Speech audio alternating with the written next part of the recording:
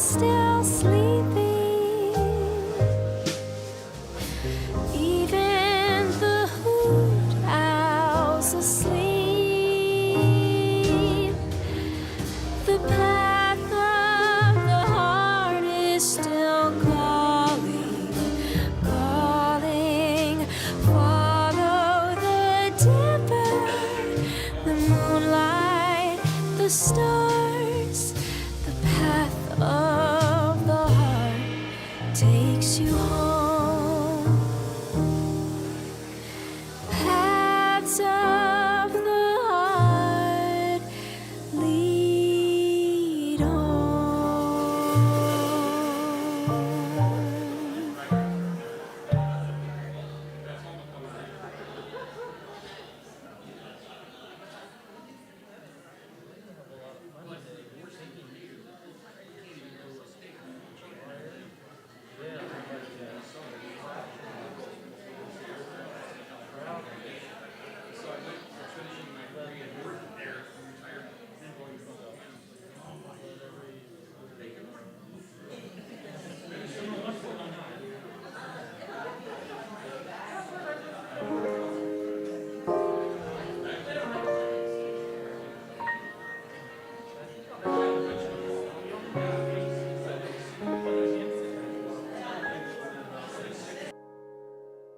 My heart beats strong, true to my soul.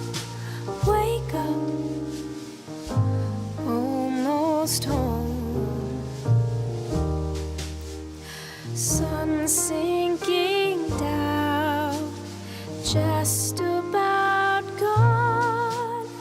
Spirit, lead me home. Winds of change leave me broken, blown from the path I have chosen. Leaves in the trees, they are calling, calling. Follow the dipper, the moonlight, the stars. The path of the heart takes you home. Golden moon is rising over the whispering trees. Last ridge over, and I'll be done. Follow the dipper, the moonlight, the stars. The path of the heart takes you home.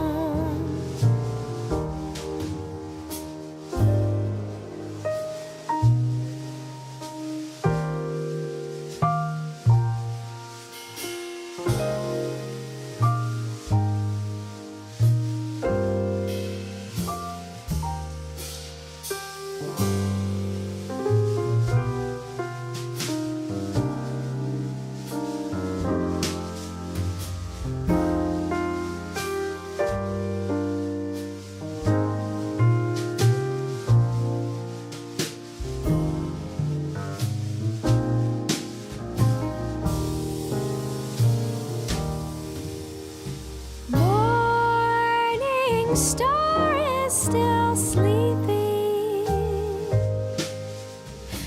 even the hoot owl's asleep.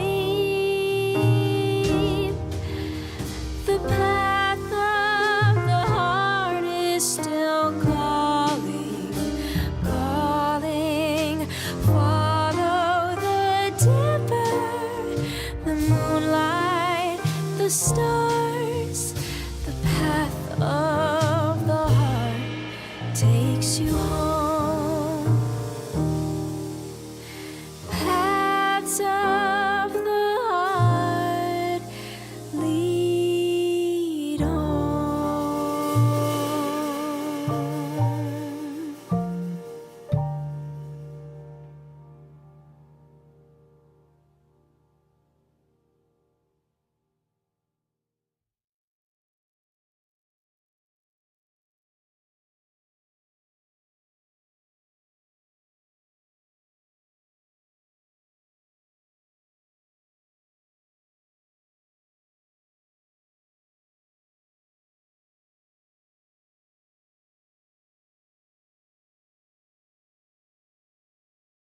My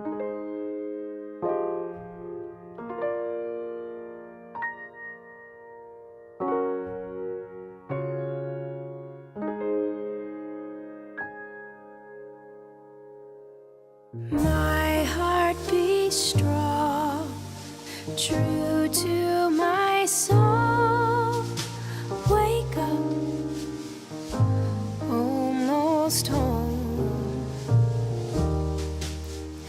Sun sinking down, just about gone.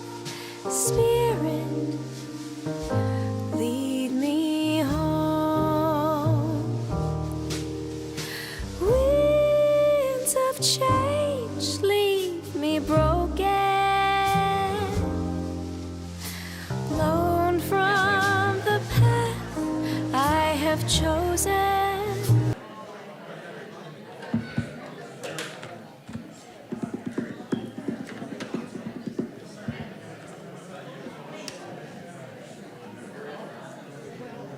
What? Good morning. How are you? Yes, every day.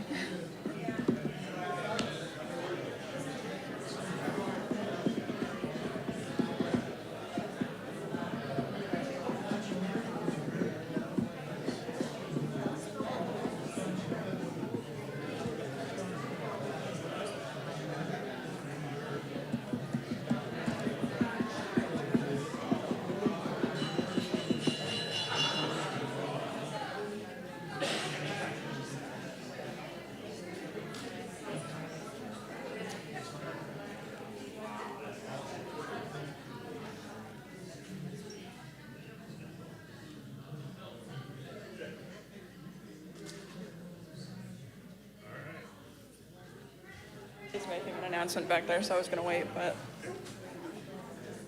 yeah, that's all right.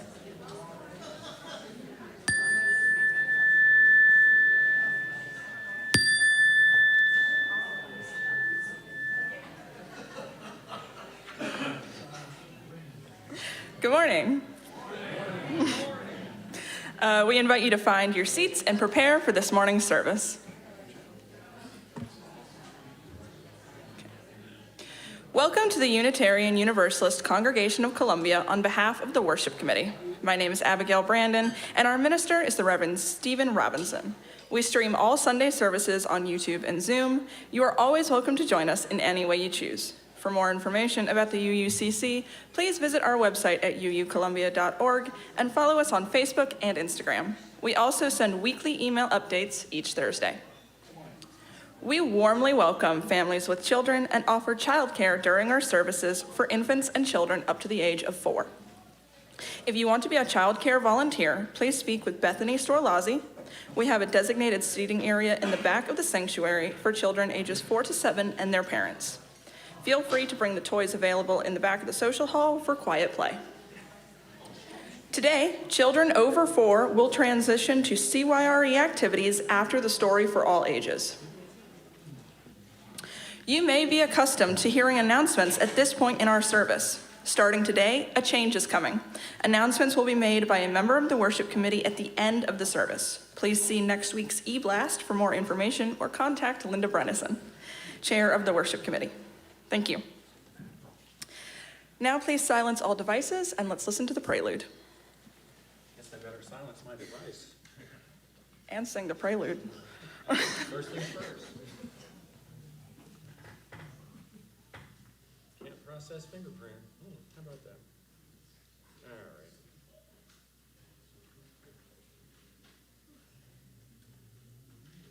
Okay. All right.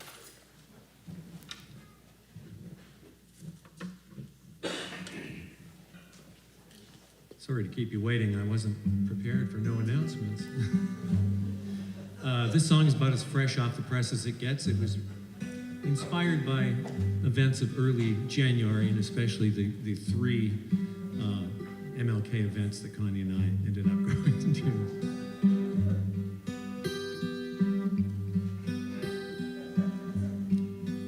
It's a cold, cold day for justice.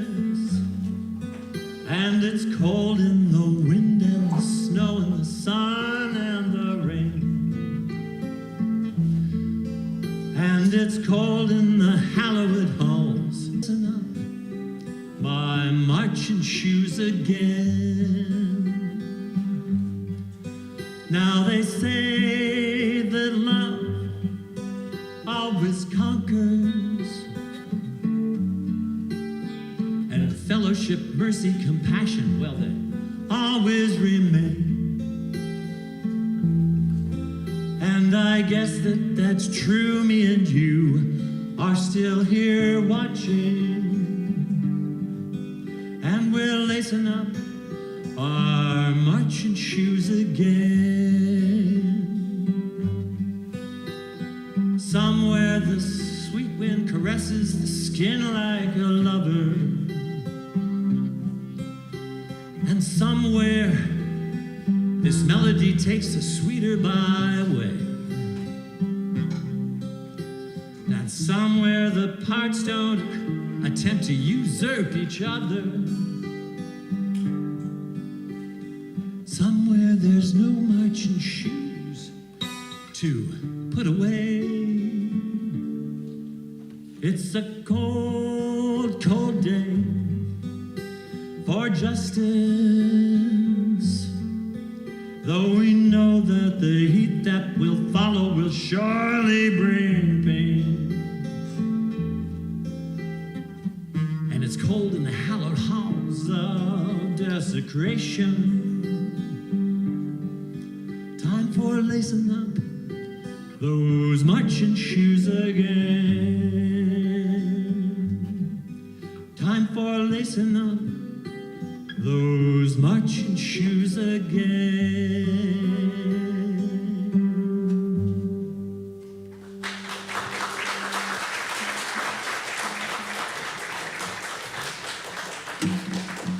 Thank you, Kevin. Okay, if you'll please rise in body or in spirit and join me in the congregational covenant in your order of service. Love is the doctrine of this congregation. The quest for truth is its sacrament, and service is its prayer. To dwell together in peace, to seek knowledge and freedom, and serve others in community. Thus do we covenant with one another. Thank you. Please be seated. Unitarian Universalism is a diverse and non-creedal religion. Our community is founded on deeds, not creeds. We are a covenantal religion, meaning we don't have to believe the same to treat each other the same, with respect, equity, compassion, and dignity. We place love at the center of our values, embracing and welcoming all people. We're delighted to welcome all guests and visitors today. Melissa Engel is going to carry my microphone for me. She's coming up to the front. Visitors, when you get the microphone and it's your turn to speak, please share your name and where you're from. And if you have guests with you, please feel free to introduce them as well. So if we have any visitors, can you please stand?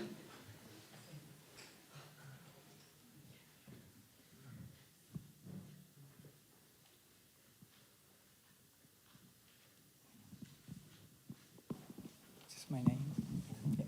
Lee Cacciola.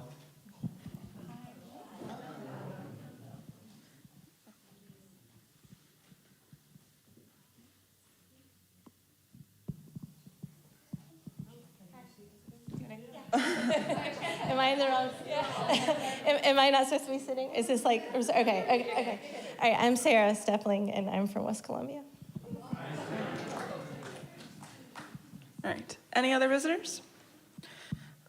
Well, welcome to you guys that are here. Thank you for joining us today. If you would like to learn more about the UUCC, please fill out a visitor's card and place it in the collection plate. We will then email you about our events. Visitors' cards are in the pocket on the back of each chair. Thank you for joining us today. And today's chalice lighter is going to be Regina Moody.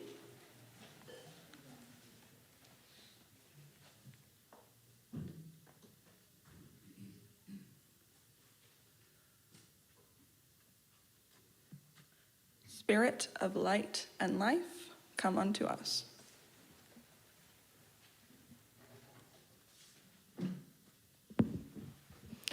Our opening hymn is number 95, the beautiful African American hymn, There Is More Love Somewhere. It's in your gray hymnal, and I'll invite you to rise in body or spirit to join in singing hymn number 95.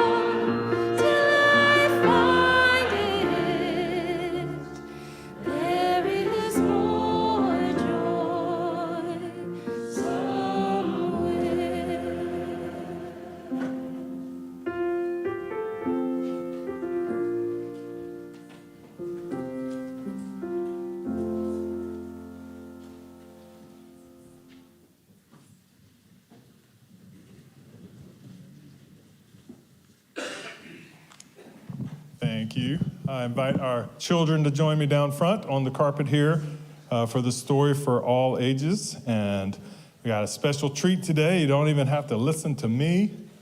I'm going to ask Regina Moody, that's going to come and share a book with us.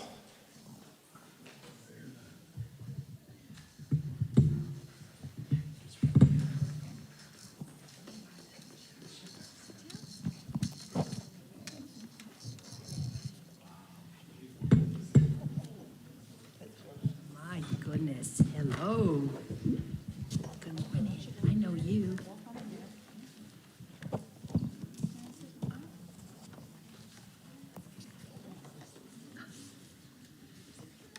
Yeah.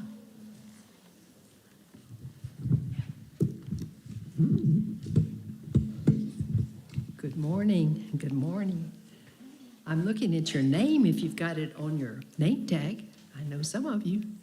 Good morning. Oh, yeah, I know. And I'm sitting in a little chair because down there is way down for me. But this looks like your size of chair. And when you get older, you'll need a bigger chair like Reverend Stephen. Or even, who knows what you'll need when you get to be grown up. Now, look at the picture on this cover of the book that I'm going to read to you. Take a look at this cover, the picture. What do you think that little girl is doing? Let's see if everybody takes a look at her, the way she's standing, the way she's looking. Just a minute. Okay, what's she doing? She's singing a song. She's singing a song. Boy, is she ever. Look at the way she's standing and all that. She's standing straight and her mouth is open. And wonder why she's holding her hands like that. Does that say something about the way she feels about this song? What do you think? Sad. You think she's got a sad look? Isn't that interesting? Yeah, I can see that in there. Any other things that she might be feeling? Okay. Hope? Okay, I see hope in there. Let's read it. It's called Sing a Song, so you were absolutely right. It is a singing a song book, and it has words in the front of it written inside, which are too small, and also they're kind of weird looking letters. Sorry. Now, you aren't going to be able to read those. I can't either. But I want you to know that the song, the words in here, are the same words in this little book, and I've had my copy of the song for, a long time, since I was in high school. I was a teenager. And this book has the same song and the same words in it, but we're going to read it from the big book called Sing a Song. And this is a little girl, and you can tell she's not from this time. She's back in, 100 years or so. Look at how she's dressed. Okay, we don't know her name. It doesn't matter. But the story says, before you were born, a little girl, did I go away? Before you were born, a little girl learned a song. Now, she went to this school, and her principal, and his name was James Weldon Johnson, and he was the principal of her school, and he and his brother, John Rosamond Johnson, had written a song, this song. It was a hymn they had written in celebration of the birthday of Abraham Lincoln. You know that name? President Abraham Lincoln. And they had written the song, and they taught it to the students in their school. And so the little girl wanted to make them proud, and she learned the song, all the words, and she hummed the song on her way home from school, and she practiced singing the song at her home, and she learned all the words. And on one big day back in February 1900, on Lincoln's birthday, she was part of this choir that sang that song for the first time. And she stood straight, head high, heart and mouth open, and she sang, "Lift every voice and sing, till earth and heaven ring, ring with the harmonies of liberty."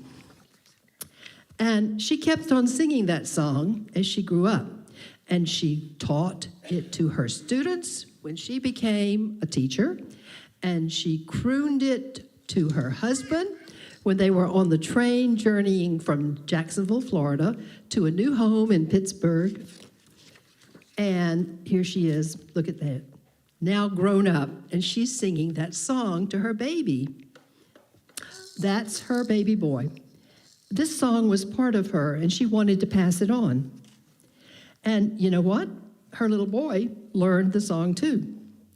And he listened to her hum the song and dreamed of being able to teach again. And he heard his daddy sing the song, and when he was working at the steel mill, and that little baby boy grew up, and there he is. And you can tell what he's doing. He's singing the song, and now he's singing it in a choir, and he was watching all the glowing faces, and he stood back straight, head high, heart and mouth wide open, and he sang, "Let our rejoicing rise high as the listening sky. Let it resound loud as the rolling sea." And now, same little guy, okay? When he went on, he kept singing it. He sang it when he came back from World War II and faced discrimination. And he sang that song when he joined the NAACP. And he sang it with his wife and to his baby daughter. And as they rocked her to sleep, it was part of him and he wanted to pass it on. Well, you know what? I bet you do. You know what? That little baby girl grew up to be this girl. And she knew the song, and she practiced it on the way to school each morning, and she learned it. But one day, a very sad thing had happened, and Dr. Martin Luther King Jr. had been killed, and the next morning in her classroom, she saw her teacher cry, and sobs replaced the singing, and then whimpers and silence. Who would lead them now? The song whispered as an answer. So, back straight, head high, heart and mouth wide open, they sang together. Sing a song of the faith that the dark past has taught us.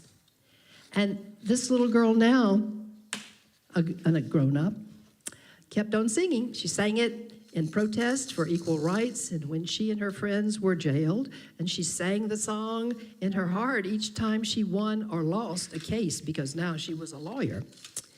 And she sang it to her baby boy as she rocked him to sleep. It was a part of her that she wanted to pass on. And you know what? Her little boy learned the song, of course, and every family reunion opened with that song, and he sang it because he had to at first. And then he sang it because he was proud to sing it. And he saw his mama and his papa and his grandpapa and mama, and back straight, head high, heart and mouth open, he sang, sing a song full of the hope that the present has brought us. And he kept on singing. He sang it at his college graduation and when he opened his first business, and he sang it at rallies to stand up against racism, and he sang it holding his wife's hand at Black History programs, and as they rocked their baby daughter, the song was a part of him, and he wanted to pass it on. And you know what? That little girl learned the song, and on another big day back in 2016, it was September 24th, 2016, they stood, the little girl and her mama and her papa, stood in this big crowd of people gathered to, along with everybody, to celebrate the opening of this big museum in Washington, D.C. Now, have you been there? You might have even seen this big building. It looks like a ship, really. President Obama was president then, and his wife. I didn't go there before. You did? So you might have seen this. Anyway, they were there, and they rang this big freedom bell. And so the little girl and her family was there at that time, were there at the same time. With the Washington Monument piercing the sky, that little girl she stared at the bronze building, and it was majestic as a crown. As bells around the nation tolled in triumph, she heard a voice rising too. Clear and strong, it was the song she heard her parents sing.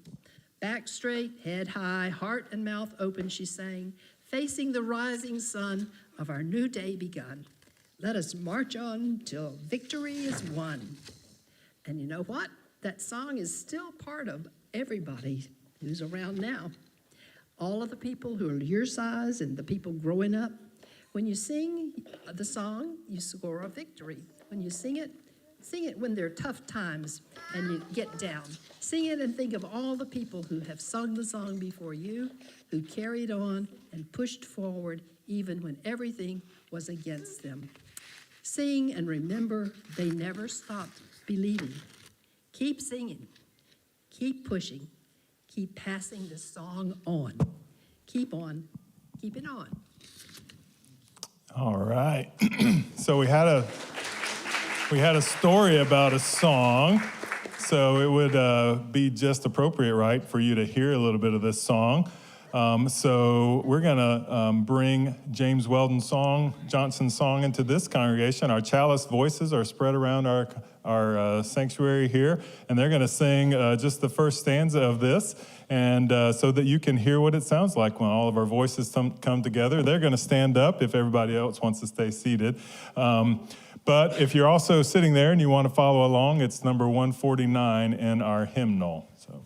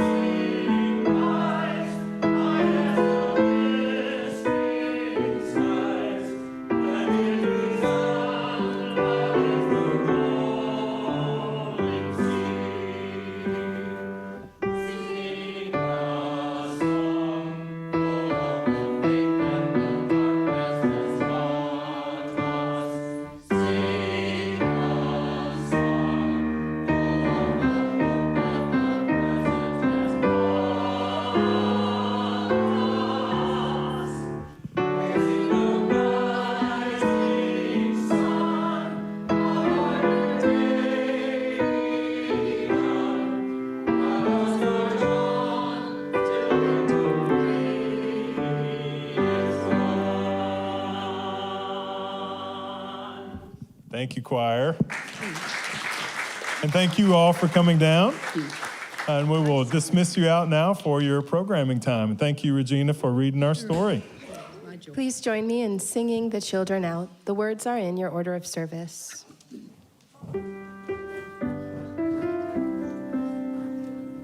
Learn your lessons well, my children. Seek your truth in the wide unknown.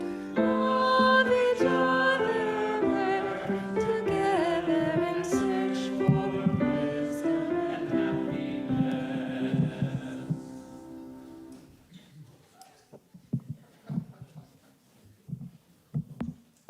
Our opening words today come from Cleveland Sellers, and it's a very brief statement but powerful. Cleveland Sellers says, "We cannot just sit around and talk about the beloved community." How true it is. This time we move to our Candles of Community, where we give you opportunity to let your voice be heard and share the joys or the concerns that are on your heart today. We have candles that you can come and light. And so if you have a candle, we invite you to briefly come and share your joy and concern and place your candle here.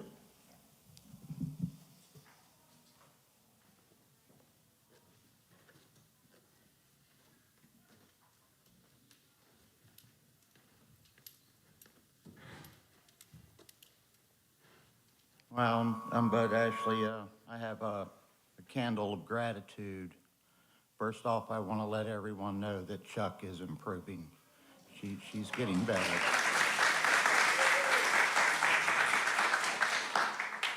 I want to thank Arthur Lewis, John Harold, Ethan Andrew, Pumpkin Lorraine, and Briscoe Darlin, the Ashley cats, that have kept me busy and keeping my mind off of bad things. They've really supported me a lot.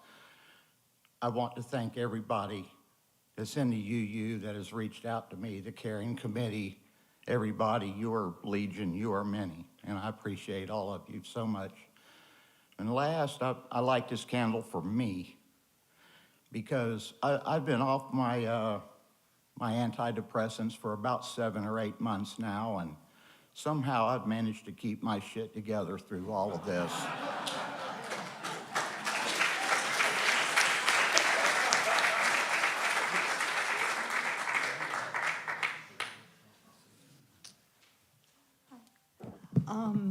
I'm Deb Matherly, and this is a three-part candle. One, Roger and I celebrated our 54th anniversary on February 6th. My great-granddaughter will be 1 on February 12th. And this is bittersweet, my son, David, is getting his 90-day pin for sobriety in his 6-month recovery program in Wilmington, North Carolina. So.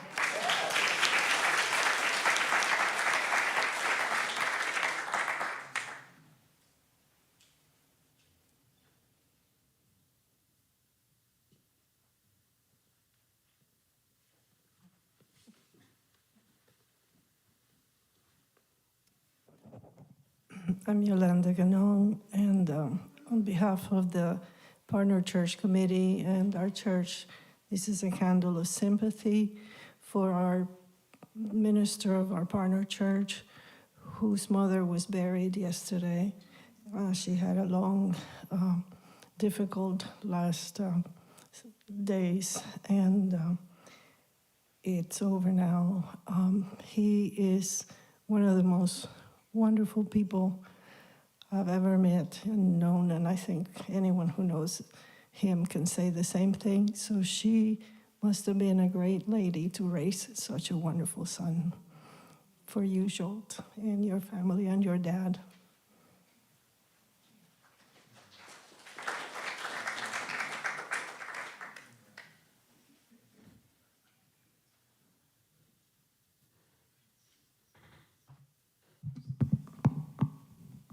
Hi, I'm Tom. I wasn't going to do this, but I think it's appropriate. I have a concern, and I'm not going to mention the concern, but I have a joy, and you'll understand. I think it was Wednesday at the State House, hundreds of people gathered to express concern about what's going on. And it was pretty amazing. The energy was good. Yesterday at the State House, if you don't know, there was a pro-immigrant rally, and there were so many Mexican-American youth there, I had no idea. And at the end of the rally, it was they were singing the songs. They were singing and shouting things. At the end of the rally, the organizers instructed them, they're gonna march downtown from the State House down Main Street. They totally ignored the instruction. They took over Main Street, and the police chief was there, the police were there, and they just like, okay. And I had never seen these young people before, and they were speaking up and out, and it was beautiful. It's a personal joy of mine to have been there and seen that. Thank you.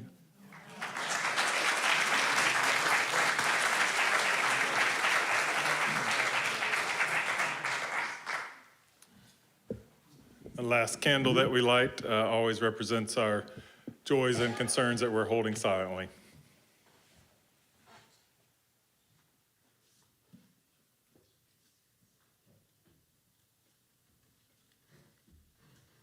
I invite you to take just a few minutes and a few seconds and take a few deep breaths, connect to all that you've heard, all that you've felt.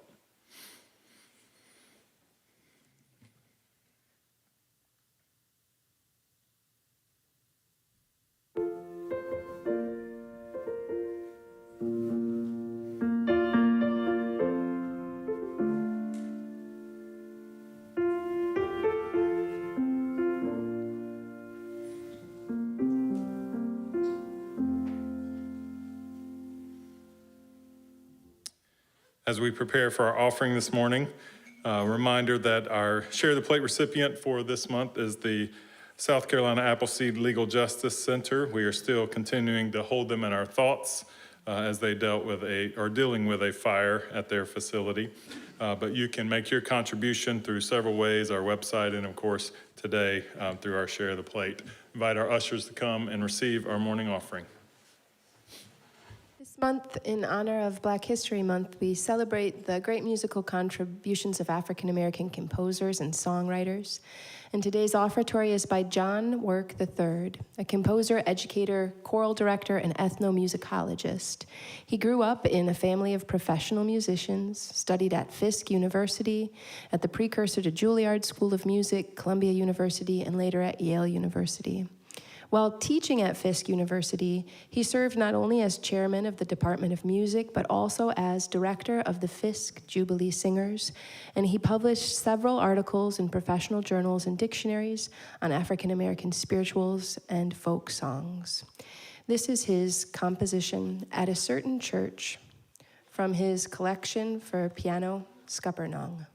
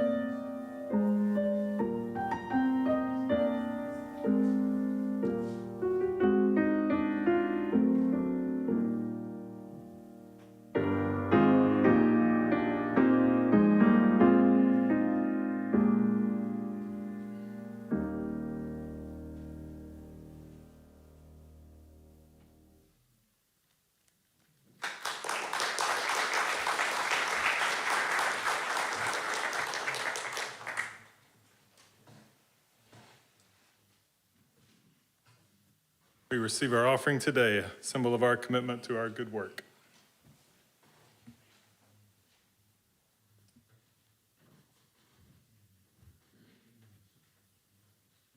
I have a pretty good assumption that if I said just the phrase, the Kent State shooting, that everyone would know exactly what I'm talking about from 1970. If you don't know what the Kent State shooting is, maybe you can just raise your hand so we can catch you up on that later. Figure the numbers would be quite small. It is a well-known shooting at a university during a protest. 2 years prior to that, on February 8th, in 1968, at the South Carolina State campus, 28 students were shot and injured, and 3 students died at a protest most of whom were shot in the back as they tried to run away. The three who were killed are Henry Smith, Samuel Hammond, and Delano Middleton. Henry Smith and Samuel Hammond were students at South Carolina State. Delano Middleton was a high school student at Wilkinson High. The protests really evolved from the Triangle Bowling Alley, which was one of the few remaining businesses in Orangeburg that had refused to integrate and were still holding up the restrictions of segregation and refusing to let particularly one African-American veteran in to bowl. And the students heard of this, and about 300 protesters came and decided to protest that at the Triangle Bowling Alley. Police came and tried to break up the protest and did it so with violence, which was a peaceful protest, and ended up beating 2 of the female students who were there. Interject someone who had just come home from Howard University, come back home, who grew up in Denmark, South Carolina, and I quoted earlier, Cleveland Sellers. He had decided to come and help students learn to understand Black history, but also be involved in the fight for justice. Around Cleveland Sellers, and at least especially from the police concern and the governor's concern, it was all his fault what happened in Orangeburg, and they placed it on him. But they were gathering on the campus, and a group came of law enforcement to break up the gathering on the campus, which is also a peaceful protest. And out of the silence of that protest, shotgun blasts began to ring out. And after all of the shotgun blasts had ended, the 3 that we mentioned had died. 28 were injured and lying on the ground. And as I shared, most of them shot in the back, all of them unarmed. The marker on the front of our program today is on the South Carolina State campus, which tells the story of the Orangeburg Massacre as it has come to be known. Cleveland Sellers was the only person that was pinned as guilty for this and actually spent a year in hard labor prison. Even though he was just there organizing, he was the scapegoat for this event. He was later, 28 years later, he was pardoned for the crime, which was completely false, and has continued to work in justice and civil rights, and of course, probably most well known for being the president of Voorhees University College for about 7 years, I believe. We have a special treat today because we have a dear person that's coming to share with us a little bit about this event. Regina has helped to make this possible along with her good friend, Minnie Haynes. And we are actually going to talk a little bit about these events in more of an interview format so that you don't have to listen to me share this story. I want to hear from the story from Minnie Haynes, who has a long history here in South Carolina of working with civil rights and with justice and in education. And probably the most important thing, a former member of the UUCC here. So put your hands together and welcome with me, Minnie Haynes.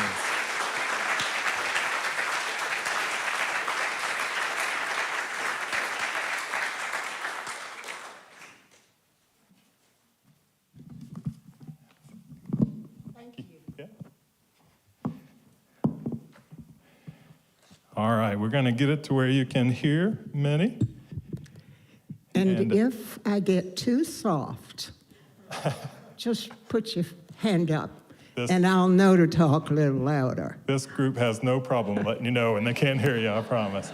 So I deliberately, intentionally didn't share much of Minnie's story because Minnie wanted to be able to share her history in South Carolina and connection here. So I invite you to do that. Before I get too much, and to give myself time to let my tears dissolve after listening to your minister do such a splendid job of setting up for this time, I thought I would put a few things. My mother used to say, jot down a few notes, child. I put down some things in a format that I think will be easy for you to remember if you want to quote me in any way. First of all, I thought I needed to tell you who I was long time ago when I was born, 91 years ago. I am now 91 as of August the 18th. I was born in a little town 10 miles away from Plains. So, you know, I know Cousin Carter very well. He's gone on to glory. But 91 years ago, a farm couple during the Depression who had 7 children already, and the mother of those children had been told 7 years before I was born, Miss Dozier, you're not going to have any more children. Well, here I am. Hallelujah. My mother only lived, my birth mother only lived 5 months after I was born, but she had had the real good sense to ask one of her sisters to rear her child. So here I am again. She did a good job, I think. The next thing I wanted to tell you about myself is where I have lived. You might think that I was a rolling stone when I finished. Of course, I lived in Americas briefly. Macon, Georgia, that your minister, I understand, knows a great deal about, being a graduate of Mercer. Yes. I've lived in, of course, Atlanta, Georgia, where I went to Clark College before it became Clark Atlanta University, back in the dim, dark days, a long time ago. I've lived in St. Louis, Missouri, Boston, Massachusetts, Chicago, Illinois, Marshall, Texas, Winfield, Kansas, Orangeburg, South Carolina, Columbia, South Carolina, and now in Decatur, Georgia. I live in a 12-story high-rise for seniors, like I am. So I can be very reflective about all of the years that I've been on this earth, and hopefully some of the things that I have been a part of that were both good and bad. Of course, don't tell the bad ones. But the most formative, maturing period of all of these 91 years that I've been moving around on this earth, the period of the 70s through the 80s, I know that I had some rapid growth that have helped me to become a person that truly feels blessed to be a part of groups, churches, organizations that promote human rights. And when I came up to your door and I saw something about welcoming folks, I knew I was at home. Because in my church in Decatur, which is the Disciples of Christ Church, we welcome whoever, whenever, as ever to that group. Okay, so in those years, of course, the 70s through the 80s, I followed my husband wherever he went. He was a perpetual student. He was a senior when I was a freshman at Clark, and I often think he just reached out and said, "Fresh meat." It so happened that during that time, freshmen were required to come to every service during the week and Vespers on Sunday if he lived on campus. So I'm sitting there with myself, marveling at this particular program that was being presented by a fraternity. And oh my goodness, this man stepped out on stage and opened his mouth, and I thought, my secret passion. I wrote it down on my program.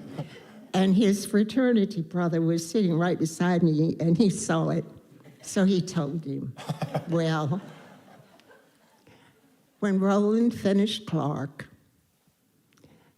he went to Boston University, where he received a Bachelor of Sacred Theology and then a Master's of Sacred Theology. And we got together, married, and started our family. So that's where the Boston came in. And of course, I said, eventually, when he had achieved his PhD, because he carried a joint philosophy and psychology major, undergraduate and all, and then went into seminary. He got a PhD, but I got a PhD. Putting hubby through. Because I had, as you'd say down south, a passel of children.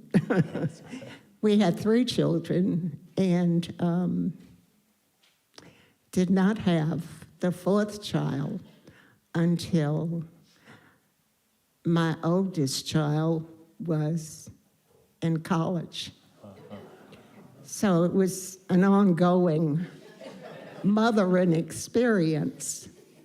And fortunately, there are some really dear, beautiful people in your congregation still who held my hand, pushed me forward, you know, and I am so grateful that because of the faith conflict that my husband and I experienced,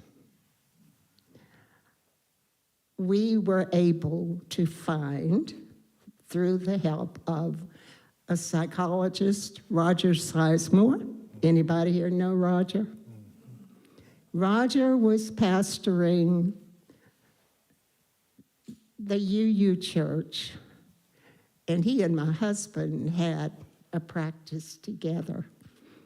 And my husband shared that we were seeking a congregation that we might be accepted. And he said, come to us. And at that time, the adults were meeting in A.C. Flora High School, and the children were taken to a house, what was it, on Beltline?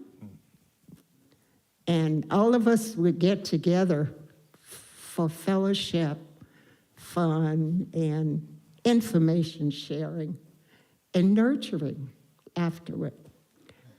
So that's how far back. And I had never had Unitarian experience. I mean, let's be honest. We knew Baptists, and we knew several different kinds of Methodists. AME, CME, AME Zion. But I found that the most comforting, reinforcing opportunity for us, and we were able to thrive. Thank you, Minnie. Okay.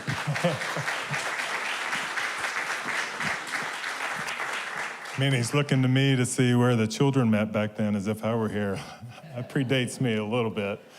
When those little babies were down on the floor, Yeah, I saw your face. I was just so thrilled because I want to let you know that Marietta McCarthy boom was my supervisor on a federally funded project at the University of South Carolina. It was called UAF, University Affiliated Facilities. See, I learned something then. She had 2 beautiful daughters, and I had the pleasure, along with my husband, of doing some Sunday school teaching as well as some out-of-church activities. And Lee Mingy and her wonderful husband, we both were born in August, so we kind of bonded around the birthday part. And they were my good friends. Their daughter, Monica, was also a part of our Sunday school class. And what we studied in one of those periods was something that was taken from the book, Why Do Good Things, Bad Things Happen to Good People?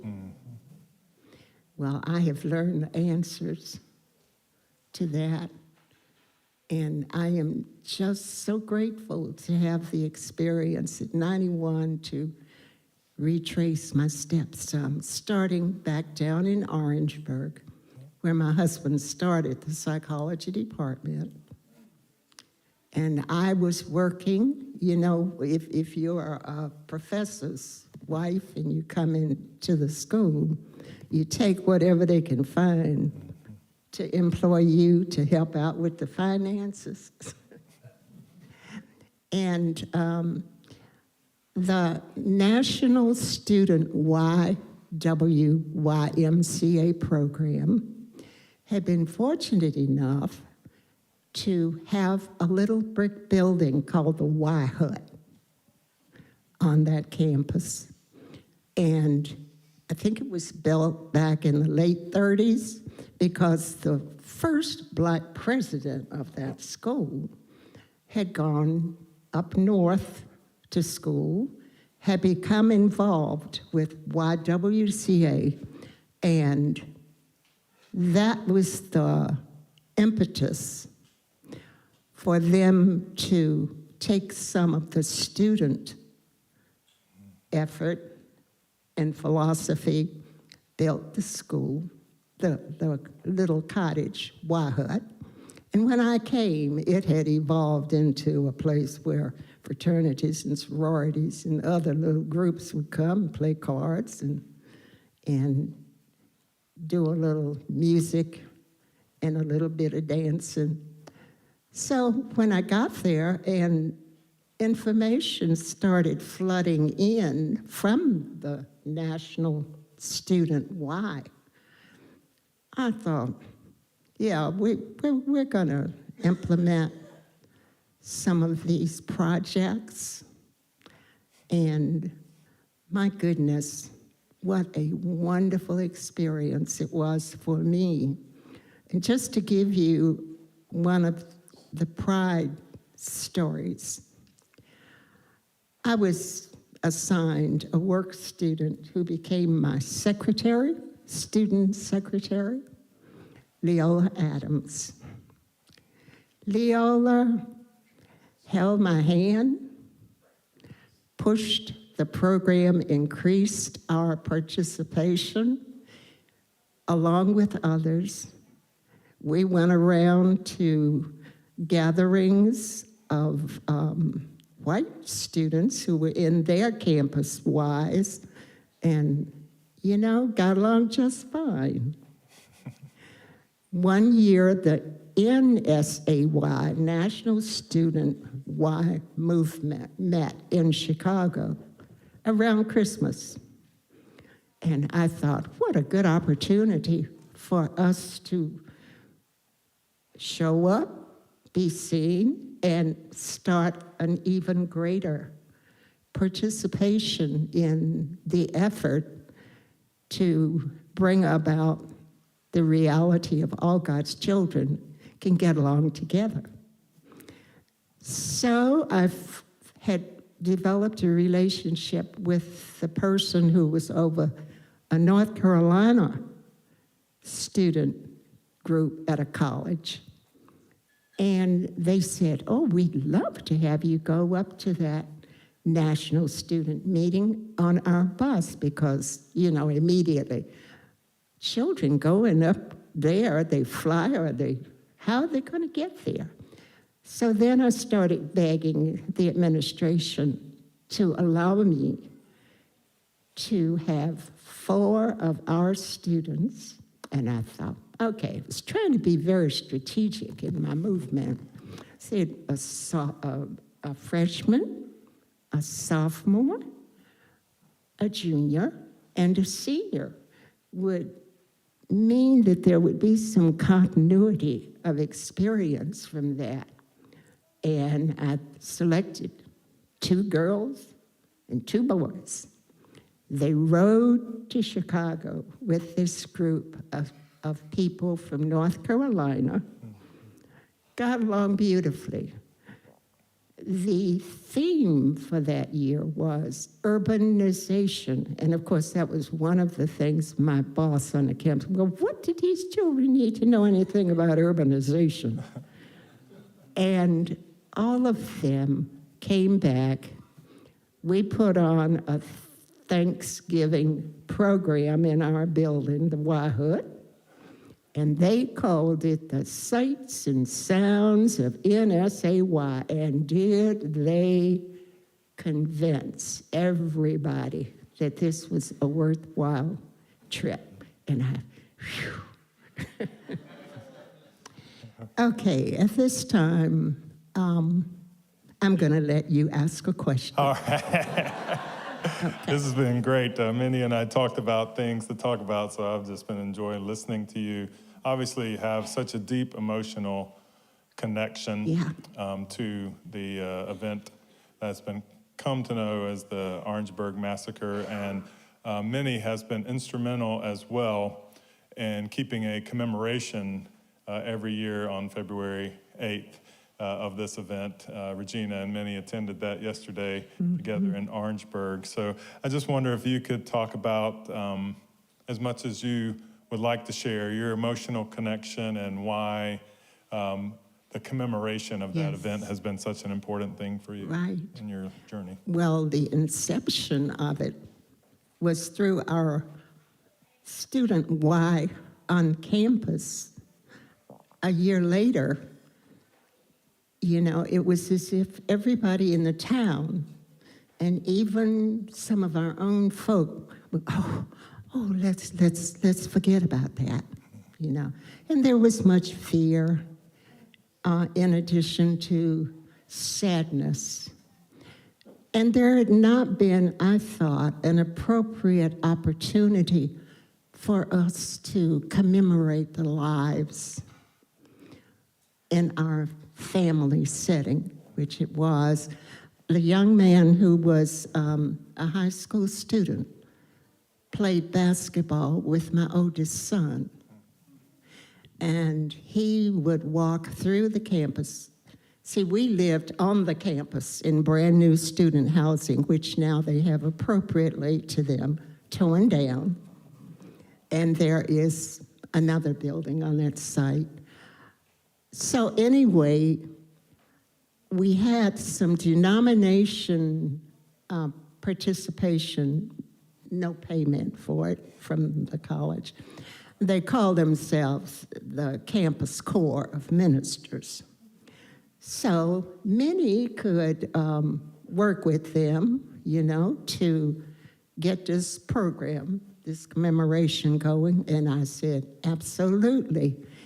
And the students who had been working with me in the Y movement fell right in line. The woman that I mentioned, Leola Adams, who was my student secretary and excellent with communication and all of that. Oh, incidentally, Leola went on, got a PhD eventually from Iowa State, came back to the campus and retired some years ago. She is a nationally known person in, they don't call it home economics anymore, but she is still one of my fondest people. Yeah, so we had a marvelous time. My husband took the position of advising the campus NAACP. So our connection with the students was more than just classroom. You know, we had many opportunities to get to know them.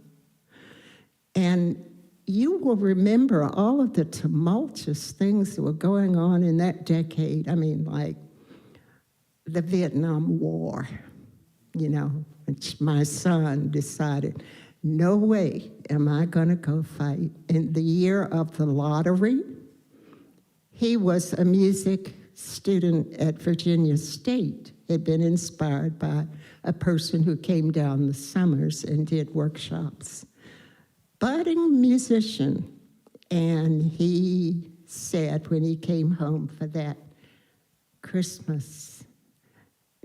summer vacation, no way am I going to do that. He found that there was a group of students, soldiers at Fort Jackson who were helping young men know the steps to become conscientious objectors.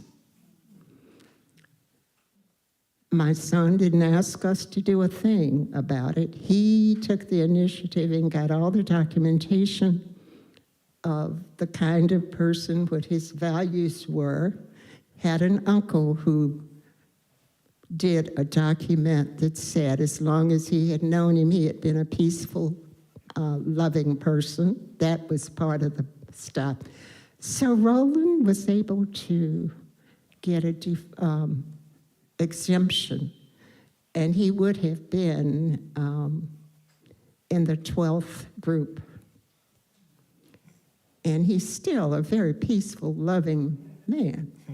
And my other children say he doesn't know anything but music, but that's all right. Yeah. So with some of the concern about what was going on nationally and internationally, plus what we Black folks were experiencing right here where we were, many of the students had either been soldiers, had gone to Vietnam, or had relatives who had passed, been killed. When those guys came to use their GI Bill to go to state college, a couple of them had wives. The doctor's offices were segregated. They couldn't go downtown and be treated as citizens of this nation of ours. Could not eat in places. So all of that, in addition to the recreational opportunities, bowling alley, were just a bit much. So there was a groundswell of we need to protest. And that led to the night when they were beaten back, and my husband and I went down there to try to help them, you know, do it in an unpeaceful way, which didn't matter to the officers who kept coming and beat us all back. Well, we found ourselves surrounded by state troopers. Tanks were sent in to border the campus. And with us living on campus, my children could not go or come back from school without coming through that checkpoint. And here we were in all of this grief, as well as fearful circumstances. In addition, people who were saying, well, you should have stayed in your place. I have to inject that because I don't want ever to think that I am going to say it was all them or those or that attitude. Everybody had learned their place, and those didn't know it, and look what happened. So yeah, I could hear the shots from where I was living. And Majeska Simpkins, how many of you have heard of her? The mother of South Carolina civil rights activity. She, of course, lived in her house in Columbia. She got her driver to drive her down because there was a group that was trying to meet to decide the next morning what could be done to channel the students in a non-productive way. Well, Majeska Simpkins stepped in, and we went on discussing and until about 3 a.m. When Cleveland Sellers, who had joined us, was ready to leave to go home. I don't know how many of you have seen Cleve when he was in college with this huge afro. I said, come here. Wait a minute. I went and got a knit tam for him to wear. I said, you know, they're looking for one of the guys who had a big fro. And it turned out that that was the beginning of a long, very wonderful relationship with Cleveland Sellers, who never misses a picture of those wonderful twins of Bakari's, his son. He sends me pictures of the twins and tells me what they're doing. And yesterday he was at the massacre commemoration, and we got a hug. Awesome, great.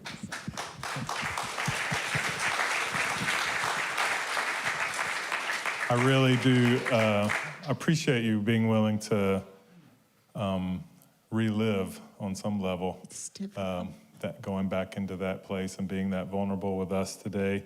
And of course, the hard work, as much as we want to remember, it is hard work to keep that in front of us and remember, and all the work that you've done, keeping that commemoration on February 8th every year for 57 years now, and the work. So the last thing I'd like for you to share with us, since you have experienced it, and some of that wisdom from the 70s and the 80s, and of course you know this congregation, you know the landscape of South Carolina in 2024. What do you see ways that we can be impactful still here in this congregation in the work of civil rights and justice, social justice here? I did not add, but I wanted to say that my group organized the first commemoration. We even had muffled drums leading through the campus. It's very, very much needed, that recognition, and then it has gone and gone and gone and gone. One of my sons never fails to bring me, if I'm able and want to come, to that. What can you do? Good Lord, keep doing what you're doing. Don't stop, ever, because you are a ray of light to this community and your larger body. Who in the world could have imagined that what you have done and how welcoming and open you were to us way back there would be so meaningful and helpful, encouraging? And you do what you're doing with the immigrant situation, the LGBTQ. I have trouble keeping those, Keep doing it. While I am disappointed that I don't see someone who, for some reason of his own, be open to possibilities of impacting, welcoming, working with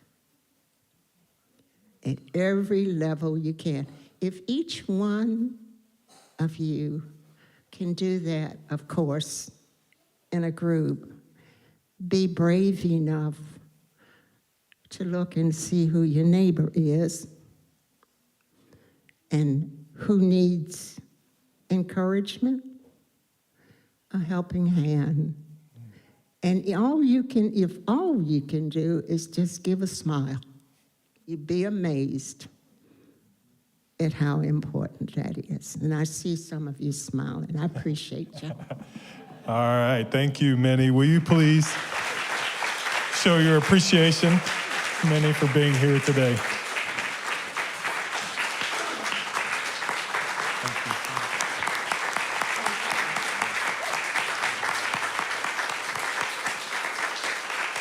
And you can remain standing for our closing hymn.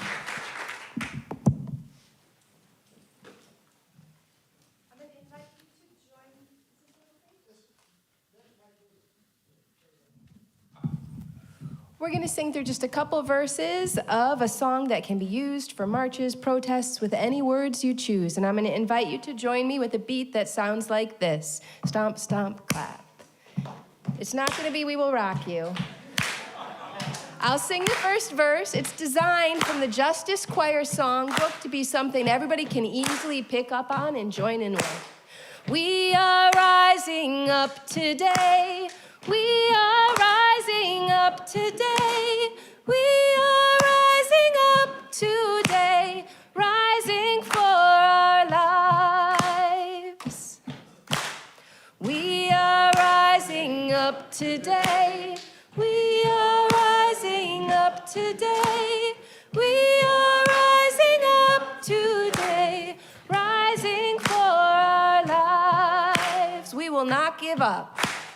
We will not give up today. We will not give up today. We will not give up today, rising for our lives. Hope is in our hearts. Hope is in our hearts today. Hope is in our hearts today. Hope is in our hearts today. Hope is in our hearts. Thank you. Our closing words today come from someone that you may know, Minnie Haynes. And you are quotable now, and it's short and sweet and powerful. Keep doing what you're doing.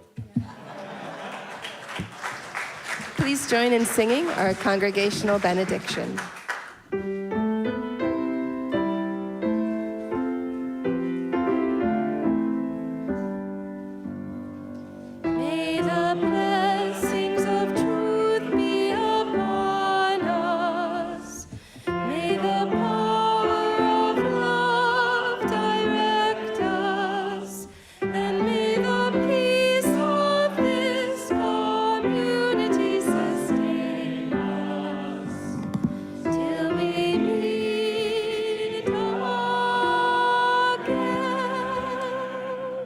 Again, I want to give thanks to Regina for great idea to be able to bring Minnie here today for this event. And Minnie, thank you so much for coming and sharing and being able to give us that experience of commemorating as well as joining you in that work of what you're doing every year.